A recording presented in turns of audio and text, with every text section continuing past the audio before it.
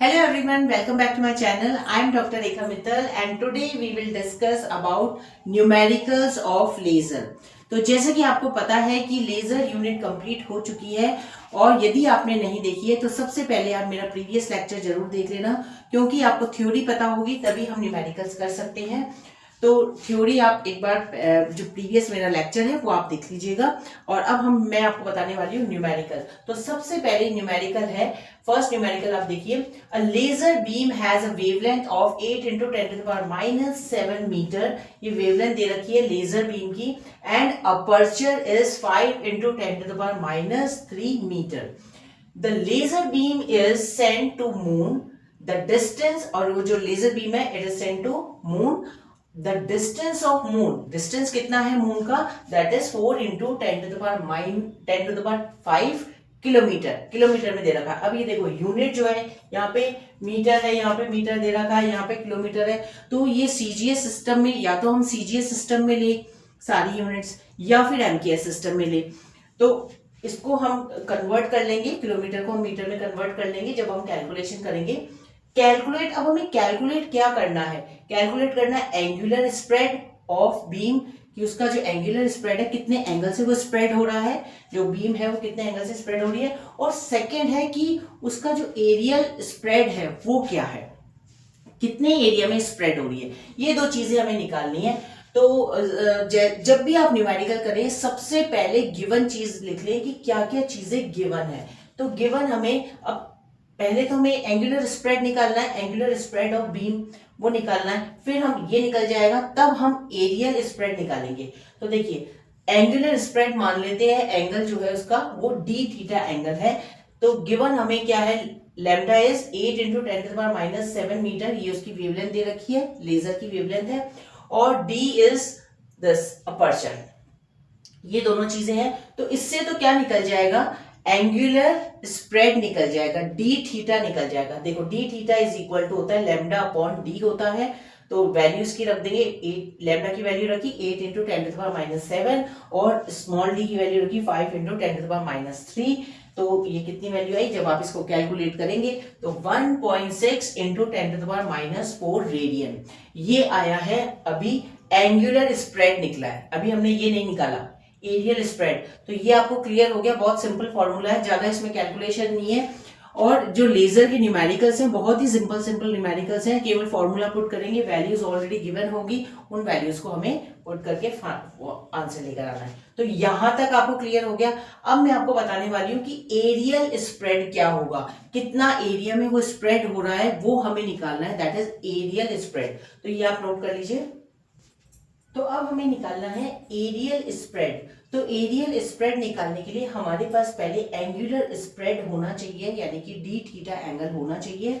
और अब हमें एरियल स्प्रेड कहाँ निकालना है, ये जो डिस्टेंस दे रखा है, the distance of moon is 4 into 10⁵ kilometre from earth से जो मून का डिस्टेंस है वो कितना है, 4 इंटू 10⁵ किलोमीटर है। तो इसको पहले मैंने कन्वर्ट कर लिया मीटर में, तो ये कितना हो गया, 4 इंटू 10⁸ मीटर हो गया। अब हमें निकालना है एरियल स्प्रेड कि वो कितना स्प्रेड हो रहा है। तो एरियल स्प्रेड का फॉर्मूला होता है डी इंटू डी थीटा का स्क्वायर। तो डी थीटा यहाँ पे क्या है, डी थीटा यहाँ पे एंगुलर स्प्रेड ऑफ बीम है जो कि हम निकाल चुके हैं। और ये जो कैपिटल डी है that is the distance from earth to moon, वो डिस्टेंस है। तो इसका square that is areal spread. तो अब इसकी वैल्यू हम रख देंगे, कैपिटल डी यहाँ पे दे रखे 4 इंटू 10⁸ मीटर, और जो वैल्यू हमारी डी थीटा निकली थी, एंगुलर स्प्रेड जो निकली थी, वो हमने वैल्यू रख दी 1.6 इंटू 10⁻⁴ रेडियन। तो कैलकुलेट जब आप करेंगे तो इसकी वैल्यू आएगी 4.096 इंटू 10⁹ मीटर स्क्वायर। क्लियर। तो ये है एरियल स्प्रेड। इस तरीके से वैल्यू यदि चेंज हो जाती है, न्यूमेरिकल यदि एग्जाम में कोई सा भी न्यूमेरिकल आता है इससे रिलेटेड, ऐसा यही न्यूमेरिकल आता है लेकिन वैल्यूज चेंज होगी तो भी आप आंसर कर सकते हैं, आप उसको सॉल्व कर सकते हैं यदि आपको फॉर्मूला पता है। अब मैं नेक्स्ट आपको न्यूमेरिकल बताऊंगी, रूबी लेजर से रिलेटेड है, कि रूबी लेजर में किस तरीके से हम फाइंड आउट, यदि उससे रिलेटेड कोई न्यूमेरिकल आता है तो आप कैसे कैलकुलेट करेंगे। तो ये आप नोट कर लीजिए। अब मैं नेक्स्ट न्यूमेरिकल आपको बताती हूँ। अब यहाँ पे जो न्यूमेरिकल है वो रूबी लेजर से रिलेटेड है। जैसा कि मैंने आपको बताया था कि रूबी लेजर जो है एक सॉलिड लेजर है, जिसमें जो हम एल्यूमिना जो कंपोनेंट है, जो कंपाउंड है उसमें प्रेजेंट है, वो है एल्यूमिना और स्मॉल अमाउंट ऑफ क्रोमियम। दो चीजें उसमें प्रेजेंट है, एल्यूमिना के साथ स्मॉल अमाउंट में क्रोमियम प्रेजेंट है। तो उसकी वजह से फिर जो अब मैंने आपको एनर्जी लेवल्स बताए थे, और फिर फाइनली जो लेजर प्रोड्यूस होती है और वो पल्स फॉर्म में प्रोड्यूस होती है। तो यदि आपने वो लेक्चर नहीं देखा है तो वो आप जरूर देखना, क्योंकि उसके बाद ही आपको ये न्यूमेरिकल समझ में आने वाला है। तो देखिए इसमें हम क्या कर रहे हैं, a ruby laser emit 0.1 joules pulses of light of wavelength 7200 angstrom. यानी कि रूबी लेजर जो है वो कितनी उसकी एमिट कर रहा है पल्स, 0.1 जूल एनर्जी की पल्स प्रोड्यूस कर रहा है, और उसकी वेवलेंथ कितनी है 7200 एंगस्ट्रॉम। ठीक है, 7200 एंगस्ट्रॉम है लाइट की जो वेवलेंथ है। What is the minimum number of chromium ion in the Ruby. तो रूबी लेजर में मिनिमम नंबर कितने प्रेजेंट है, मिनिमम नंबर ऑफ क्रोमियम कितने प्रेजेंट है, ये हमें फाइंड आउट करना है। तो ये फाइंड आउट करने का मतलब है, इसमें हमें ये पता करना है कि number of photons taking part in the laser action, laser action में कितने फोटोन पार्टिसिपेट कर रहे हैं, ये हमें फाइंड आउट करना है। एक्चुअल में हमें ये फाइंड आउट करना है, तो जितने number of photon laser action में पार्टिसिपेट कर रहे हैं उतने ही नंबर जो होंगे क्रोमियम आयंस होंगे। ये हमें ध्यान रखना है कि यदि हमें क्रोमियम आयन फाइंड आउट करने हैं कि कितने minimum number of chromium ion जो है उस रूबी में जो है प्रेजेंट है, what is the minimum number of chromium ion in the Ruby, Ruby में कितने क्रोमियम आयन प्रेजेंट है। क्वेश्चन को आप ध्यान से पढ़ना। तो इसका मतलब है हमें ये निकालना होगा नंबर ऑफ फोटोन कितने पार्टिसिपेट कर रहे हैं लेजर एक्शन में। तो जितने फोटोन पार्टिसिपेट कर रहे हैं उसका जो आंसर आएगा उतने ही क्रोमियम आयन उस रूबी में प्रेजेंट है, क्योंकि क्रोमियम आयन की वजह से ही उसमें जो कोलिजन होता है और फिर वो मेटास्टेबल में जाते हैं, फिर फाइनली जो लेजर प्रोड्यूस होती है। तो यदि क्रोमियम आयन ही नहीं होगा तो लेजर प्रोड्यूस नहीं होगी। तो जितने फोटोन उसमें पार्टिसिपेट कर रहे हैं लेजर एक्शन में, और तो उतने ही क्रोमियम आयन उसमें प्रेजेंट होंगे। तो क्योंकि दो चीजें चाहिए ना लेजर को प्रोड्यूस करने के लिए, दो चीजें चाहिए, एक तो फोटोन चाहिए और दूसरा चाहिए कि उसमें जो क्रोमियम आयन है वो कितने क्रोमियम आयन है, क्योंकि वो एक्टिवेट होंगे, वो एक्साइटेड स्टेट में जाएंगे, जब वापस से आते तभी तो लेजर प्रोड्यूस होती है। ठीक है, तो नंबर ऑफ फोटोन्स हमें पता करने, number of photon taking part in laser action is n. Suppose करते हैं कि एन नंबर है, तो आपको ये फॉर्मूला पता होगा, E इज इक्वल्स टू, इसको इधर लेके जाएंगे तो E is equals to n h C upon lambda होता है। तो हमें एन नंबर फाइंड आउट करना है, तो N is equal to E lambda upon H C. तो ये जो है N that is the number of photon, तो यही हमें पता करना है। ई वैल्यू आपको पता है, ई इज एनर्जी, जो क्या दे रखी है इसमें गिवन है ये। ठीक है, 0.1 जूल। तो मैंने यहाँ पे ये लिख रखा है कि क्या क्या चीजें गिवन है हेयर।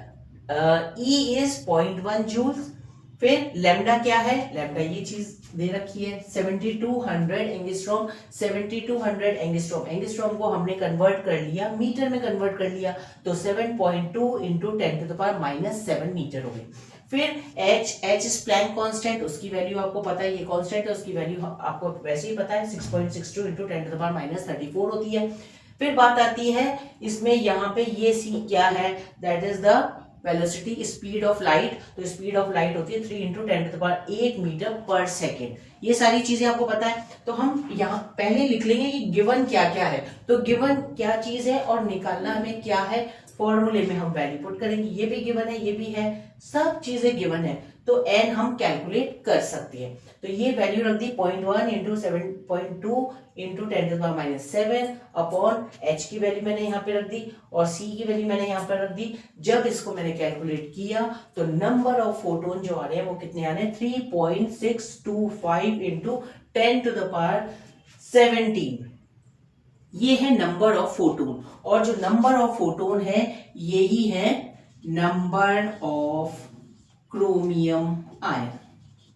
क्लियर हो गया।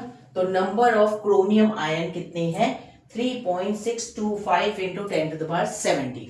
तो कुछ कंसेप्ट है जो आपको याद रखने पड़ेंगे, तभी जाके आप न्यूमेरिकल को सॉल्व कर पाएंगे। एक तो फॉर्मूला पता होना चाहिए, दूसरा क्वेश्चन क्या है आपको क्वेश्चन समझ में आ जाना चाहिए, तभी आप उसको सॉल्व कर पाएंगे। तो आप इसको नोट कर लीजिए, इंपॉर्टेंट क्वेश्चन है, एग्जाम में आ जाता है।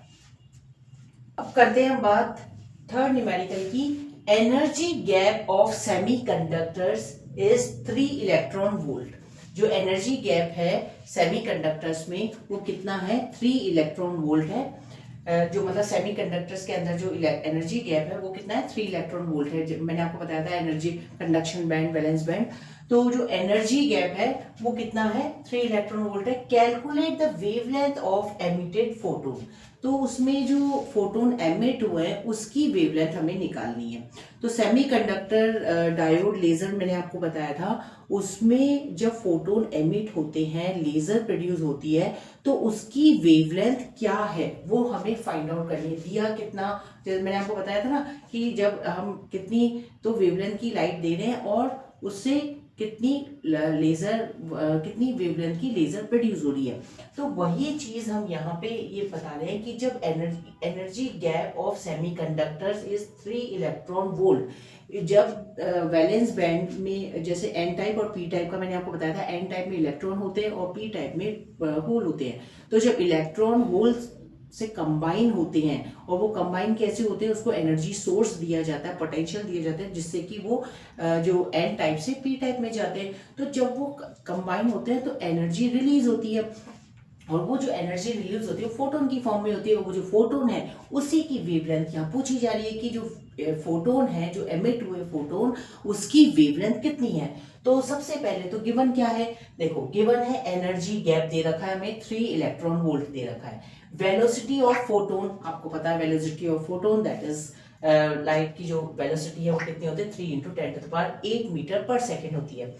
अब जो और फॉर्मूला वही फॉर्मूला लग रहा है, E is equal to H C upon lambda. ये फॉर्मूला बहुत जगह आपने किया भी होगा, इससे पहले वाले चैप्टर्स में भी आपने देखा होगा। ये एनर्जी, ये E is equal to H C upon lambda होता है। यहाँ पे H जो होता है प्लैंक कांस्टेंट होता है, C जो होती है वेलोसिटी ऑफ लाइट होती है, and lambda is the wavelength.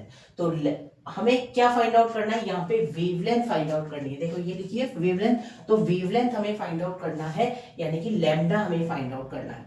तो हम इसको इधर ले जाएंगे, lambda is equal to H C upon E, ये हो सकता है, ठीक है। अब यहाँ पे हमने lambda is equal to H की वैल्यू पता है आपको 6.6 इंटू 10⁻34 जूल सेकेंड होती है, और सी की वैल्यू आपको पता है 3 इंटू 10⁸ होती है। और यहाँ पे जो एनर्जी है, ये जो वैल्यू है ये भी गिवन है हमें, वो कितनी है? 3 इलेक्ट्रॉन वोल्ट।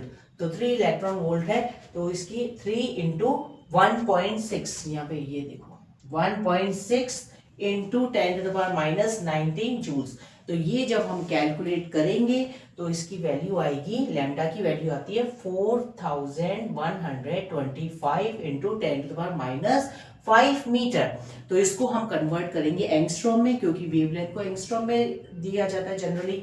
तो हमने इसको कन्वर्ट कर लिया एंगस्ट्रॉम में, तो ये कितनी वैल्यू आई? Lambda is equal to 0.0412 angstrom. तो न्यूमेरिकल बहुत सिंपल है, कोई भी ज्यादा बहुत टिपिकल फॉर्मूला नहीं लग रहा है इसमें। बस हमको ये ध्यान देना है कि ये क्वेश्चन क्या पूछ रहा है, इसमें क्या पूछा जा रहा है, और हमें कौन सा फॉर्मूला यूज करना है। क्लियर? अब जैसे आप सोचेंगे कि यहाँ पे तो कई चीजें दे ही नहीं रखी, फिर कैसे? तो थोड़ा सा हमको सोचना पड़ेगा कि यहाँ पे वेवलेंथ पूछी जा रही है और हमें एनर्जी गैप पता है, तो इसका एनर्जी का फॉर्मूला क्या है? E is equal to H C upon lambda. H आपको पता है, सी पता है, कांस्टेंट है तो कांस्टेंट की तो वैल्यू फिक्स होती है ना, कांस्टेंट है ना, तो उसकी तो वैल्यू हमें पता है, लैम्डा हमें फाइंड आउट करना है, ठीक है। तो इसको आप कैलकुलेट कर लो। अब मैं ये आप नोट कर लो। अब मैं इसका एक फॉर्मूला, एक क्वेश्चन और बताऊंगी रिलेटेड टू आइंस्टीन कोफिशिएंट, ठीक है। तो you just note it down in your copy. तो अब हम आते हैं फोर्थ टाइप के न्यूमेरिकल पे, और ये लास्ट टाइप का न्यूमेरिकल है। लास्ट न्यूमेरिकल इसलिए क्योंकि इसमें 4 एक तरीके के न्यूमेरिकल थे, और इसके बाद आपको अपने आप कुछ न्यूमेरिकल्स यदि जिसमें केवल वैल्यूज डिफरेंट होगी, बाकी टाइप वही होगा। तो 4 टाइप्स के डिफरेंट टाइप्स के मैंने आपको न्यूमेरिकल बता दिए हैं आज। तो ये फोर्थ टाइप का है। इसमें मैं क्या बताने वाली हूँ आपको, wavelength of emission is 6000 angstrom. Wavelength दे रखी है, एमिशन लाइट जो है उसकी वेवलेंथ है 6000 एंगस्ट्रॉम। यहाँ पे मैंने अभी आपको बताया था कि मैं एमिशन कोफिशिएंट, जो आइंस्टीन कोफिशिएंट है, उससे रिलेटेड आपको न्यूमेरिकल बताऊंगी। पहला मैंने आपको बताया था लेजर का, दूसरा सॉलिड जो लेजर है, सॉलिड लेजर यानी कि रूबी लेजर के बारे में बताया था। थर्ड टाइप का मैंने आपको न्यूमेरिकल बताया था जिसमें कि हम देख रहे हैं कि सेमीकंडक्टर्स यदि हैं तो सेमीकंडक्टर लेजर में क्या होता है, किस टाइप से हम न्यूमेरिकल को सॉल्व करेंगे। थ्योरी तो हमने पढ़ रखी है, लेकिन न्यूमेरिकल को सॉल्व करना भी आना चाहिए कि उसमें वेवलेंथ कैसे फाइंड आउट करेंगे, नंबर ऑफ फोटोन्स कैसे फाइंड आउट कर सकते हैं, वो सारी चीजें बता दी। अब एक टाइप का ही न्यूमेरिकल बचता है और वो है आइंस्टीन कोफिशिएंट। तो आइंस्टीन कोफिशिएंट का भी मैं आपको एक ही न्यूमेरिकल बता दूंगी, उसमें क्या रिलेशन, जो हमने डेरिवेशन किया था कि किस टाइप का रिलेशन है स्पॉन्टेनियस एमिशन में या फिर एब्जॉर्प्शन में या फिर स्टिमुलेटेड एमिशन में, तो उस पे एक न्यूमेरिकल आ सकता है। तो वही न्यूमेरिकल मैंने यहाँ पे लिख रखा है, wavelength of emission is 6000 angstrom and coefficient. ठीक है, अब यहाँ पे जब कोफिशिएंट आ जाए तो आप ये समझ जाना कि आइंस्टीन कोफिशिएंट से रिलेटेड जो इसमें फॉर्मूला यूज होने वाला है। तो coefficient of spontaneous emission is 10⁶ second. Find the coefficient of stimulated emission. तो स्पॉन्टेनियस एमिशन का कोफिशिएंट दे रखा है, उसकी वैल्यू गिवन है 10⁶ सेकेंड है, और हमें निकालना है स्टिमुलेटेड एमिशन की कोफिशिएंट की वैल्यू फाइंड आउट करनी है। तो आपको ये पता होगा कि स्पॉन्टेनियस एमिशन क्या होता है, जब एटम जो है वो ग्राउंड स्टेट से एक्साइटेड स्टेट में जाता है और वो कुछ टाइम के लिए रहता है, 10⁻⁸ सेकेंड के लिए रहता है, फिर वो सडनली वापस से ग्राउंड स्टेट में आ जाता है। तो जब वो सडनली आ जाता है, क्योंकि वो बहुत कम टाइम के लिए एक्साइटेड स्टेट में रहता है, तो ये जो सडनली हुआ और उसकी वजह से जो एमिशन हुआ, जो सडनली जो जब वो ग्राउंड स्टेट में आता है उसकी वजह से जो एमिशन होता है उसको बोलते हैं स्पॉन्टेनियस एमिशन। ठीक है, और स्टिमुलेटेड एमिशन, ये मैं आपको वापस से रिकॉल करवा रही हूँ कि स्पॉन्टेनियस एमिशन क्या होता है और स्टिमुलेटेड एमिशन। स्टिमुलेटेड एमिशन जब कोई लाइट एक्टिवेट, जो एक्साइटेड स्टेट में जब एटम होता है उस पर जैसे ही इंसिडेंट होती है, तो वो एटम क्या करता है, जब वो वापस से अपनी ग्राउंड स्टेट में आएगा तो एक फोटोन तो वो रिलीज कर ही रहा था, उसके साथ जब लाइट उस पर इंसिडेंट होती है तो वो एक और फोटोन इंड्यूस करता है। ठीक है, तो उसकी वजह से क्या होता है, हमें लेजर बीम मिलती है। तो ये जो वो जो इमिशन होगा जब वो ग्राउंड स्टेट में आएगी, जिसमें वो 2 फोटोन दे रहे हैं, वो दोनों फोटोन जो है वो कैसे है, कोहेरेंट है, तो उस टाइप के एमिशन को हम बोलते हैं स्टिमुलेटेड एमिशन। ये मैं इसलिए आपको बता रही हूँ क्योंकि जब आप न्यूमेरिकल करेंगे तो आपको ये पता होना चाहिए स्पॉन्टेनियस एमिशन क्या है और स्टिमुलेटेड एमिशन क्या है और उसके बीच में क्या रिलेशन है। अब ये क्वेश्चन आपको समझ में आ गया, वेवलेंथ गिवन है हमें 6000 एंगस्ट्रॉम और कोफिशिएंट ऑफ स्पॉन्टेनियस एमिशन, इसकी वैल्यू में गिवन है 10⁶ सेकेंड। इतने सेकेंड के लिए जो है वो ये जो कोफिशिएंट जो आया है दैट इज 10⁶ सेकेंड। स्पॉन्टेनियस यानी कि सडनली क्या होता है कि जब वो ग्राउंड स्टेट में आता है तो उसका जो कोफिशिएंट की जो वैल्यू होती है वो है 10⁶ सेकेंड। क्लियर हो गया। तो अब ये हमें निकालना है, तो लैम्डा है 6000 एंगस्ट्रॉम, और इसको हम कन्वर्ट करेंगे मीटर में, तो 6 × 10⁻⁷ मीटर, ये आपको आता है करना। अब जो कोफिशिएंट है स्पॉन्टेनियस एमिशन, कोफिशिएंट कौन सा वाला हमें दे रखा है, स्पॉन्टेनियस एमिशन का दे रखा है, यानी कि 10⁶ सेकेंड ये गिवन है, ये हमें कैलकुलेट करना है। तो अब आपको पता है क्या फाइंड आउट हमें करना है। तो हमें पता है कि जो रिलेशन होता है स्पॉन्टेनियस एमिशन में और जो स्टिमुलेटेड एमिशन का जो कोफिशिएंट होता है उसमें क्या रिलेशन होता है, ये रिलेशन मैंने फाइंड आउट किया था, ये डिराइव किया था हमने, आपको याद हो तो A spontaneous upon B stimulation is equal to 8πh⁴ upon C⁴। ठीक है, ये वैल्यू थी। अब यहाँ पे हमें कैलकुलेट क्या करना है, तो इसको मैंने आगे बता रखा है कि यहाँ पे अब न्यू यानी कि फ्रीक्वेंसी तो गिवन ही नहीं है, यहाँ पे फ्रीक्वेंसी गिवन है क्या, फ्रीक्वेंसी गिवन नहीं है, वेवलेंथ गिवन है, तो इस न्यू को हम वेवलेंथ में कन्वर्ट कर लेंगे, c upon lambda, nu is equal to होता है c अपॉन लैम्डा। तो क्योंकि यहाँ पे न्यू क्यूब है तो क्या हो जाएगा, c cube upon lambda cube हो जाएगा। अब यहाँ पे जो c क्यूब और c क्यूब दोनों कैंसिल हो जाएंगे, ठीक है, ये कैंसिल हो जाएंगे। अब क्या आया, A spontaneous upon B stimulation is equal to 8 pi H upon lambda cube. निकालना क्या है, हमें ये वैल्यू निकालनी है, बी स्टिमुलेशन निकालना है, तो इसको इधर ले जाएंगे, इसको इधर ले जाएंगे और ये फॉर्मूला मिला हमें, B stimulation is equal to A spontaneous lambda cube upon 8 pi H. बहुत आराम से आपको एग्जाम में न्यूमेरिकल करना है, क्योंकि पहले उसको उस फॉर्म में भी लेकर आना पड़ेगा कि हमें जो वैल्यू निकालनी है उस फॉर्म में फॉर्मूले को बनाना पड़ेगा। अब देखो ये फॉर्मूला मैंने बना दिया है कि हमें ये फाइंड आउट करनी है, तो उसमें जो भी एक्सचेंज इधर अरेंजमेंट जो करना था, इधर लेके जाना था, वो ले गए हम, तो इसको इधर ले गए, इसको इधर ले गए, इस तरीके से ये हमारा फॉर्मूला आया। अब इसमें केवल हमें वैल्यूज पुट करनी है। आपको पता है ए स्पॉन्टेनियस क्या है, यानी कि जो कोफिशिएंट है उसकी वैल्यू क्या है, 10⁻6 सेकेंड। तो अब यहाँ पे अब आप देखिए मैंने यहाँ पे वैल्यू रख दी 10⁻6 इंटू वेवलेंथ क्या थी, वेवलेंथ थी 6 इंटू 10⁻⁷। मैंने उसको मीटर में कन्वर्ट कर दिया था, एंगस्ट्रॉम में गिवन था, उसको मैंने मीटर में कन्वर्ट कर दिया।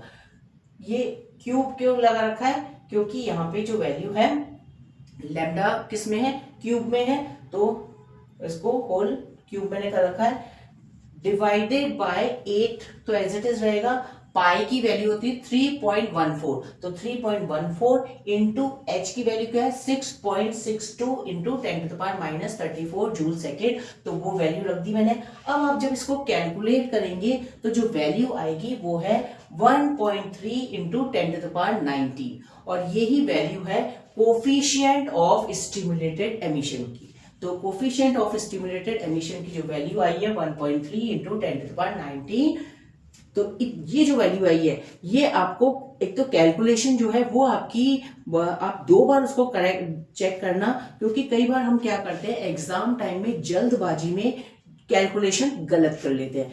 तो आपने कैलकुलेट कर लिया, उसके बाद एक बार और उसको चेक कर सकते हो। तो this is the value of B stimulated emission, coefficient of stimulated emission. Clear हो गया। तो आज ये सारे न्यूमेरिकल कंप्लीट हो जाते हैं लेजर के।